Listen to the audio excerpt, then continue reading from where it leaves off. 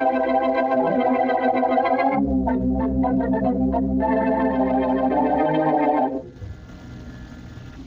want to answer the door, Mary?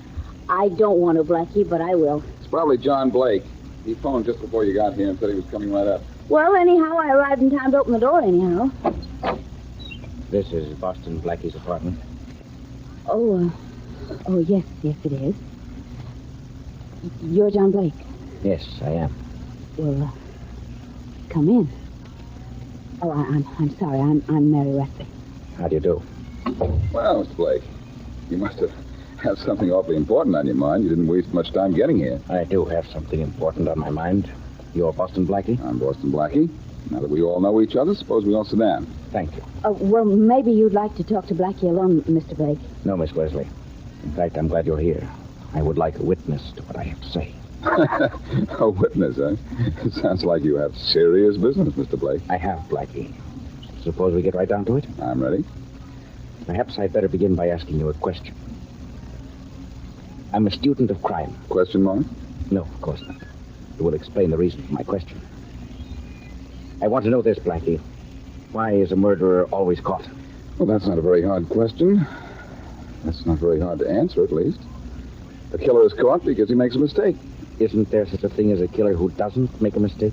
I doubt it. Sooner or later, something happens that links him to the crime and sends him to the chair. I would like to argue that point. Not with me. There just isn't any argument that you could offer that would make any sense. Well, let me put it this way, then. I won't tell you when. I won't tell you where. But I'm going to murder a man named Thomas Evers. I defy you to prove that I did it.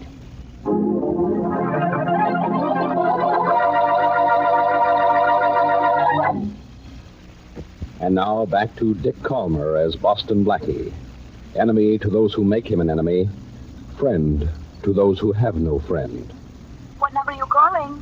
Edgeworth 96451, operator. Mr. Thomas Evers. One moment, please. Okay. You seem to have dialed the wrong number, sir. I'll try it for you. Thank you.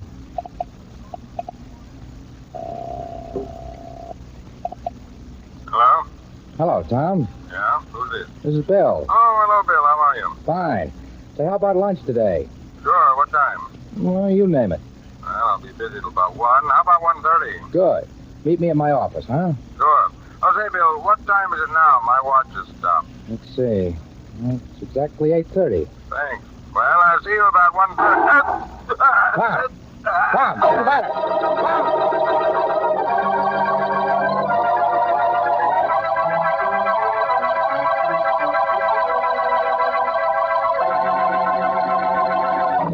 Blackie, will you get out of my office? Or will I have to throw you out? And you too, Miss Wesley. Get out of here. But Inspector You've got to Faraday... listen to us, Inspector. In fact, you should have done something about it when I called you last night. Why did you wait till now? Yeah, before I do anything about that silly thing, I'll wait 20 years. Look, let me tell you once more, and maybe you'll understand. I already understand. You've told me so many times, I can tell it to you. Last night, a man named John Blake came to your apartment and said he was going to kill someone. All right. At least you've got that straight. Okay, so now you get straight. Out of here. Oh, really, Inspector? I think Mr. Blake was serious. I'm sure he was, Faraday. Will you grow up? Can't you see that... Look, Faraday, at first I took it the same way you're taking it now. But the more I thought of it, the more I believe this guy Blake meant what he said. Well, stop thinking about it. Anybody with sense at all should know a guy isn't going to telegraph a murder he hasn't committed yet. But he had a reason for doing it, Faraday. It was sort of a challenge to me. He said he could kill this man, and I'd never be able to prove it. Oh, Blackie, your stories get worse every day. I suppose now you're going to tell me this fellow Blake even gave you the name of the man he's going to kill, huh? Yes, he did. He said he was going to kill Thomas Evers. That's all. Now get out of here, will you? And you too, Miss Wesley. But, Inspector Faraday, I think you ought I said get out of here, and I meant get out. Thomas Evers is probably as healthy as you are. Healthier. Now, wait a minute. Yeah? A flash just came in on a teletype, Inspector. A man's been shot to death. His brother identified the body. The dead man's name was Thomas Evers.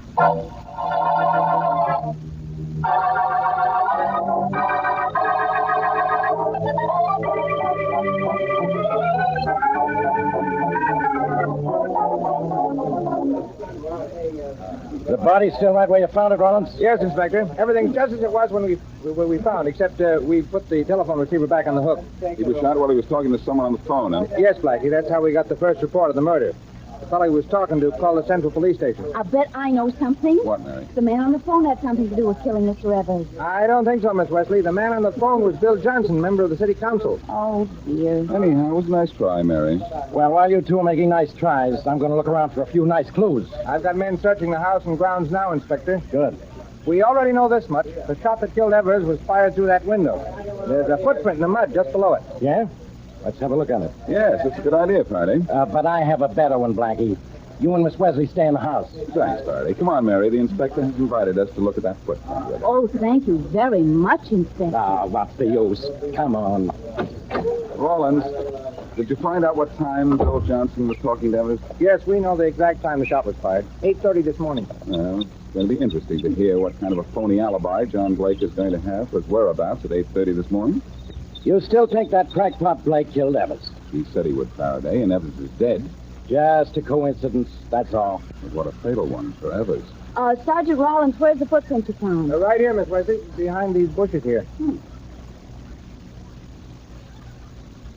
Hey, it's a plenty clear one. Yeah. It's an odd mark on the heel, too, look. A metal tap made that funny-looking indentation, I'd say. Have a plastic cast made of that footprint, Rollins. Right. Blackie, look what I found over here. What is it? What are you staring at, Miss Wesley? Haven't you ever seen a pile of leaves before? Yes, I have, Inspector, but there's a gun in this leaf pile. A gun, Mary? Yes, isn't it? It is a gun. Don't touch it, anybody. It may be the murder gun. Rollins. Yes, sir? We'll take this gun down to headquarters and test it for fingerprints. Sure. Now, careful how you handle it. Now, we'll run that down to headquarters and send a man out here to make a plaster impression of that footprint. I think I'll go see Evers' brothers, Faraday. I'd like to have a talk with him. He's got trouble enough now without you. Come on, Rollins. Mary, John Blake said he would kill Tom Evers. I said he couldn't get away with it. He kept his word. Now I've got to keep mine.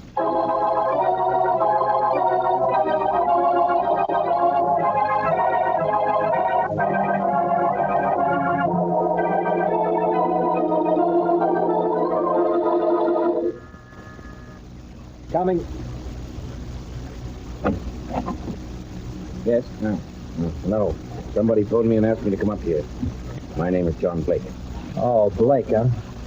Well, I'm Tom Evers' brother. Oh. Get in here. Let go of me. I'll let go of you when I'm through with you. Get it out here. After I've cut you up, I'll cut it out. Stop it. I haven't done any. You killed my brother, and I'm going to have to kill you. No, don't I?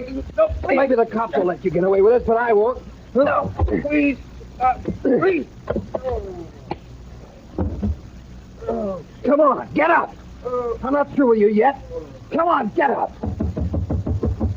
Who's there? Officer Blackie. What do you want? I want to talk to Tom Evers' brother. Yeah? I'm Tom Evers' brother. Come in. Thanks. Oh, we're not alone, are we? Well, almost. I just about killed him, I guess. I wanted to. He killed my brother. That's why I used a pretext to get him up here. Blake was my brother's only enemy. Why did he hate your brother? Blake was mixed up in a swindle once. And Tom produced the evidence that sent Blake to jail. Well, there's evidence down at police headquarters that's going to send Blake to jail again. Only this time, he's going to sit his sentence out in the electric chair.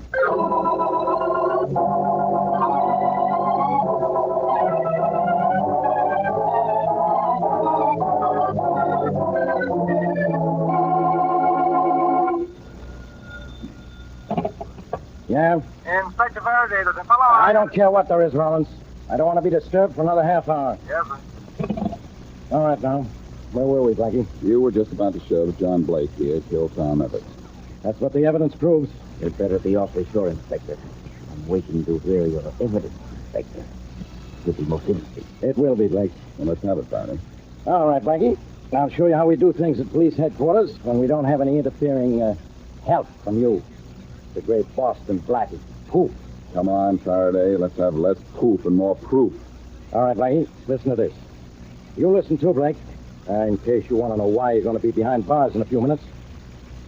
Here's item 1 that proves you killed Tom Evers. We have your fingerprints on file from the time you went to jail on that swindle rap. But he's going to jail for more than a swindle rap this time. He certainly is, Blackie. We found his fingerprints on the gun Miss Wesley discovered in that pile of leaves. It was the murder gun, Inspector? Yes, it was the murder gun, all right. But that isn't all. It's Blake's gun. My gun? How do you know? It's registered in your name. I follow everything right through, Blake. Faraday, you're wonderful. Now follow through with enough evidence to convict this guy, and let's go home. Yes, you need still more proof, I think. I don't need any more proof, but I have it. The footprint we found outside the window. Blake, your foot matches perfectly the plaster impression we made of it. Well, are you just going to sit there, or do you want to say something before I make a formal charge against you? Yes, I'll say something, Inspector. You can't arrest me. Oh, yes, I can. Look at the evidence I have. Sorry to disappoint you, but you can't arrest me. Your evidence is no good. No good. You deny that you own this gun? No, it's mine, all right. You deny that we found your fingerprints on it? No, the prints are mine. And you deny that it is your footprint we found outside the window? No, it's my footprint, all right. Then why do you say I can't arrest you? At what time this morning was Tom killed? That's, 8:30. Don't be too disheartened, Inspector Faraday. But at 8:30 this morning, I was at a police station 25 miles from Tom's house, and I can prove this. What? Uh-oh. Wait at something like this. You're lying, Blake. I am not lying. It's Precinct 89. Inform the desk sergeant there. He'll tell you I was talking to him before 8:30 this morning, and I was still talking to him when the flash about Tom's murder came in. Now, don't worry. I'll check. And I'll bet my check will prove you're lying. I'll take that bet, Faraday. Huh? Hey, look, Blackie, whose side are you on? I have proof this guy murdered Evers. Maybe you do, Faraday. I'm afraid Blake's alibi will throw out your evidence. But, Blackie, how could he be in police headquarters 25 miles from the scene of the crime and still kill Evers, as he promised he would? I don't know, Faraday. Maybe Blake never had everything he wanted in life, but right now he's getting away with murder.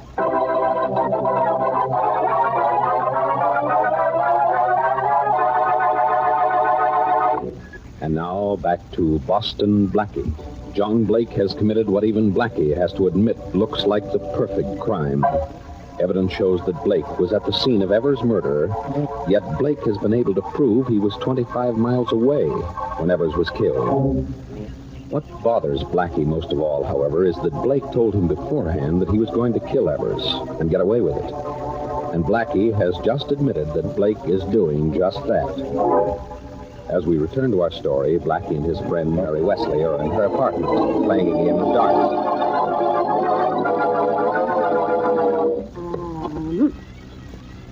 300. I'll be a dart champion if I keep this up. That was good, wasn't it? 800. And another bullseye. Blackie, for a total of 1,300. Just try to be fast. Not now, Mary. You're the champ for the time being. What's the matter? Don't you know? Yes, I suppose I do, but you can't solve every case. Some time or other, there has to be one that's too much for you, Doc. It isn't the case itself that's bothering me, Mary. It's the fact that Blake warned me beforehand that he was going to kill others and get away with it. Now he's done it. He was in that police station at the time Evers was shot. Blackie, you're sure the police had the time of the murder right? Positive?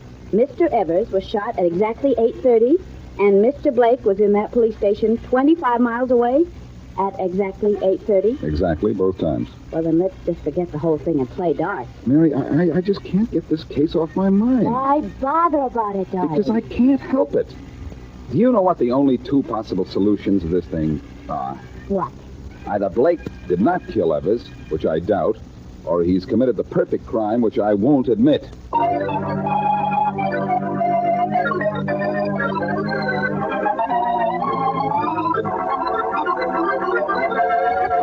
Now, look, Blackie, either get out of my office or tell me how to break Blake's alibi. Faraday, he really was at Precinct 89 at the exact time of Evers' killing, wasn't he? He sure was. That's definite. Well, Faraday, it looks as if we'll have to turn to Mary Wesley to show how this was done. Mary Wesley? Mind if I use your phone? Thanks. What do you mean Miss Wesley will show us how it was done? Listen, Inspector, and learn.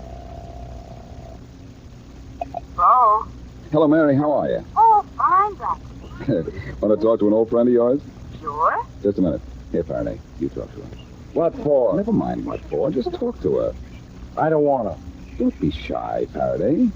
Maybe Mary is a girl, but you'll just be talking to her over the phone. Give me that receiver. That's better. Hello, Miss Wesley. Hello, Inspector. Well, what's this all about? Oh, nothing. I just haven't had a chance to talk to you over the phone. Oh! Miss Wesley! Oh. Miss Wesley, what's the matter? Miss Wesley! What's wrong, Faraday? Miss Wesley's been shot.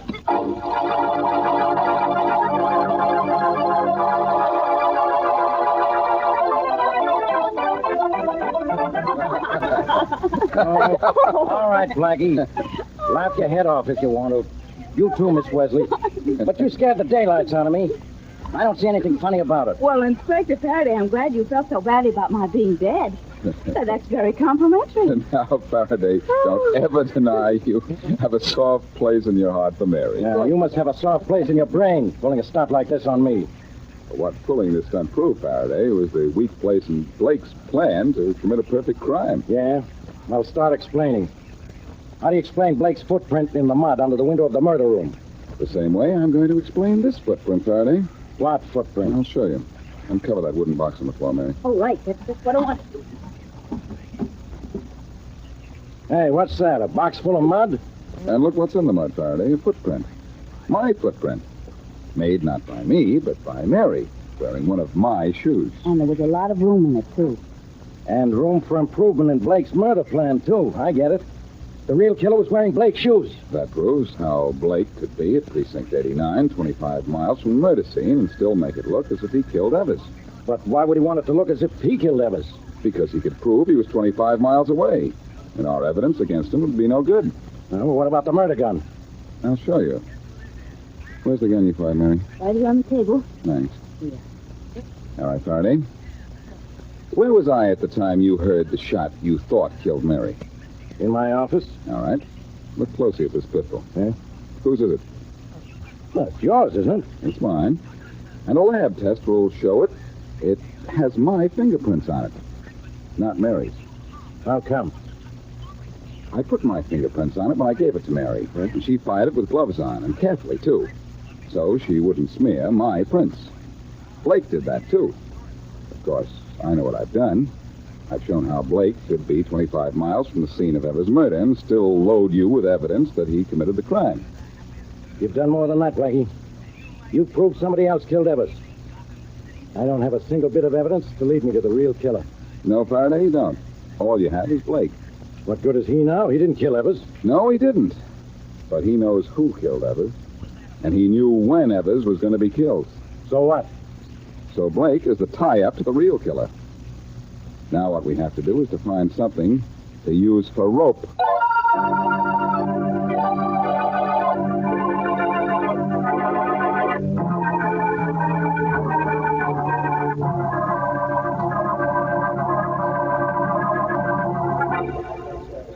Hi, Mr. Blake. Looking at ties? That's allowed, Mike. Pretend you're looking at ties, too. Look, Blake, all I want to look at is the rest of the dough that's coming to me for the job I did this morning. I have it with me, don't worry. Were you followed into the store? Ah, I wasn't either. Keep looking with these ties. Drop your hand below the counter and I'll give you the money. okay. Gibbs. Here. Feels like a big wad, all right. It is. I kept my promise, now you keep yours. The job we did was perfect. Now get out of my life and stay out.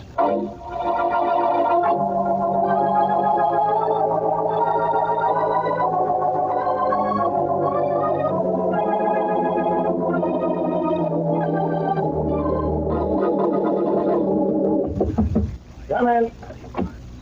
Hi, Inspector Faraday. Oh, come in, Jerry. Sure, I don't care how I waste my time. Hey, we're the guys from the other newspapers. My editor says you got a hot announcement to make. I do, Jerry. But I only asked you down. I thought I'd give you a scoop. Now, what kind of a scoop can you give me, Faraday? You on the trail of Evers' killer? Better than that, Jerry. Yeah, I know. Police are making progress in the mysterious murder of Tom Evers. Expect arrest shortly. Better than that, too, Jerry. Well, let's see.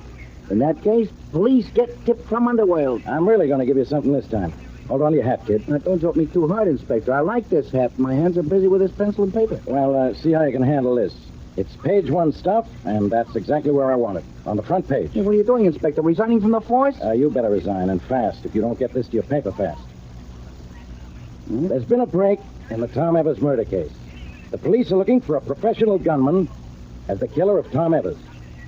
And we're going to nab him within 3 hours. Because we know his name. Holy mackerel, Inspector. You on the level? I'm on the level. And so is that announcement. Now scram out of here and see that it gets on paper. You bet, Inspector. Thanks a lot. Boy, what a scope. Nice going, Faraday. I'm glad you liked it, Blackie.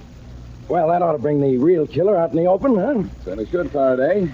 And if that smug look doesn't come off your face, the fact that this was my idea will come out into the open, too.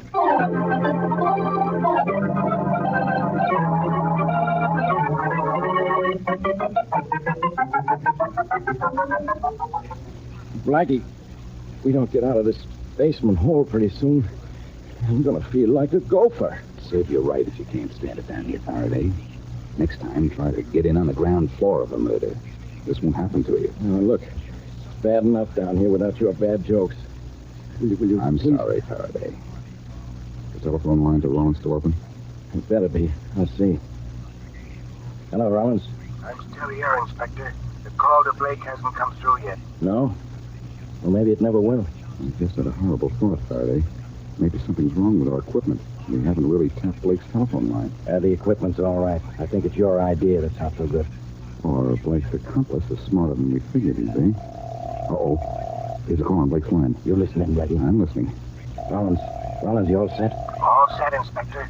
As soon as the call comes in, the phone company will trace it for us, and we'll hop right down. Good. The call's complete, Faraday. Hello? Hello, Blake. You fool. Why are you calling me? You're good for nothing, double-crosser. You know why? You fool. That notice in the paper was a fake. There was nothing fake about it. You spilled it a cop. I didn't. You did. And I'm going to get you like I got Evers. Only I'm not going to kill for you this time. I'm going to kill for myself. No way to get Mike hang up before the police trace this call. What's the difference? They know who I am. You ratted on me. Hello? Hello? Hello? Oh, you... It's all over, Faraday. Blake hung up. Did the call last long enough to be traced? Rollins, the phone company trace it okay? You bet, Inspector. Came from a building at 111 Echo Road. Good. Radio to squad cars 81 and 39 to close in fast and get our men. If they close in too fast, they'll run over him, Inspector. They're only a couple of blocks away. Swell. I'll be right there. Now get going. Right. It's finished, Blackie. We'll have the guy who killed Evers. Good work, Faraday. Now let's go upstairs, grab Blake, and tell him the phony news in the paper was bad news for him.